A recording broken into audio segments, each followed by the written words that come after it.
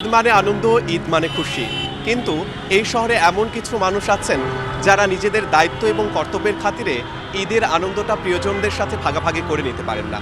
চলুন তেমনই একজন মানুষের সাথে কথা বলি, তার ঈদের পরিকল্পনা সম্পর্কে জানি। হ্যাঁ, কেমন আছেন? আলহামদুলিল্লাহ ভালো আছি। ঈদে কি ছুটি পেয়েছেন? না, ঈদের ছুটি পাইনি। আপনাদের কি কোনো ঈদেই ছুটি থাকে না? আমি গত 3-4 ঈদ হলো বাড়িতে ছুটি কাটাতে পারি না। ভাগ্যই খারাপ, মানে ঈদ আসলে পরে আমার ছুটিটা হয় না। গত 4 ঈদ হলো আমি ছুটি পাই না। এই যে ঈদে বাসায় যেতে পারেন না, কেমন লাগে? অবশ্যই খারাপ লাগে। মা আছে, বাবা আছে, ছোটোবেলার বন্ধুরা আছে, তারপরে গ্রামের প্রতিবেশীরা আছে, ভাই ব্রাদাররা আছে, তাদের কথা মনে উঠলে তো অবশ্যই খারাপ লাগে।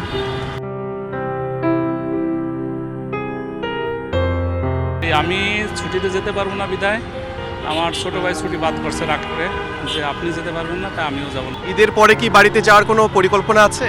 আছে, পুলিশের তো ছুটি কম, 20 দিন সিএল আর কিছু এলএপি আছে।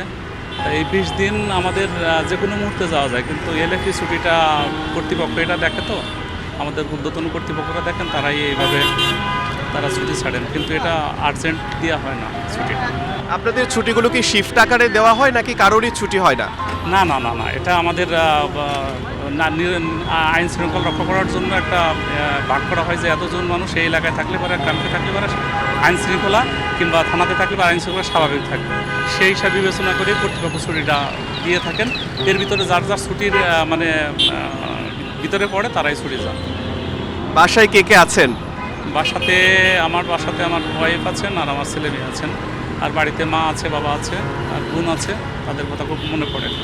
ছেলেমেয়েরা মন খারাপ করে না এই যে যেতে পারে? অবশ্যই অবশ্যই, আমি যেতে পারছি না বিধায় সবাই মন খারাপ করতেছে, এবং আমার প্রতিবেশীরা এবং আমার যা বন্ধু বান্ধব আছে তারা খুব আফসোস করতেছে যে কেন আসবো না।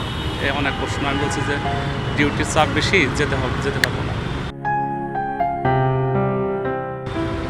কিছু কিছু সময় আসলে খুশির চেয়ে দায়িত্বটা অনেক বড় হয়ে যায়, তাই না? হ্যাঁ, অবশ্যই অবশ্যই, দায়িত্ব আগে, প্রথম আমাদের হলো দায়িত্ব, তারপরে হলো আনন্দ, তারপরে।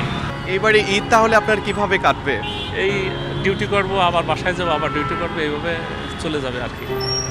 ডিউটির মধ্যে দিয়ে কেটে যাবে? অবশ্যই অবশ্যই, কারণ আইন শৃঙ্খলা আগে বেশি, মানে দেশের আইন শৃঙ্খলার প্রতি বেশি গুরুত্ব দিতে হবে, এবং আমাদের সেটা যারা থাকবে না, ডাকাত ছুটিতে যাবে, তারা ব্যতীত আমাদের তো অবশ্যই অবশ্যই শান্তি শৃঙ্খলা রক্ষা করতে হবে।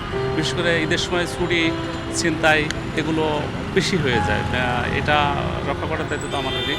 আমাদের এটার প্রতি আরও ঈদের সময় ডিউটির প্রেশারটা একটু বেড়ে যায়, যাতে বাড়িঘর দখলে চুরি না হয়, এটা আমাদের দিকে খেয়াল রাখতে হবে।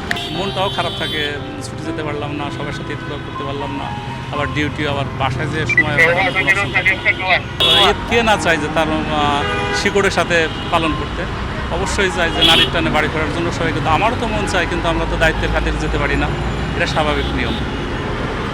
বাড়ির লোকদের কিছু বলতে চান কিনা আমাদের মাধ্যমে? অবশ্যই, আমাদের ফরিদপুর বোয়ালমারি পয়েল গ্রাম, আমি আমার গ্রামের সবাইকেই ঈদের অগ্রিম শুভেচ্ছা জানাচ্ছি, এবং আমার জন্য সবাই দোয়া করবেন। আর আমি ব্যক্তিগতভাবে আমাদের গ্রামে সবার জন্য কিছু আয়োজন করছি, যে যাতে দুস্থরা কিছু পায়, এবং যারা ঈদ পালন করতে পারবে না তাদের ঈদের জন্য একটা ব্যবস্থা করছি।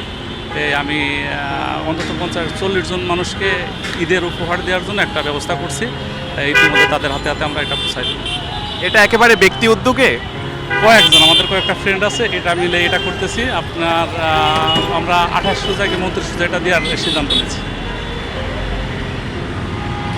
আমাদের মতো অনেক মানুষের ঈদযাত্রাকে নিরাপদ করতে যারা পথে ঘাটে দায়িত্ব কর্তব্য পালন করে যাচ্ছেন, তাদের প্রতিও অনেক অনেক শ্রদ্ধা এবং ভালোবাসা। তাদের ঈদও অনেক ভালো কাটুক।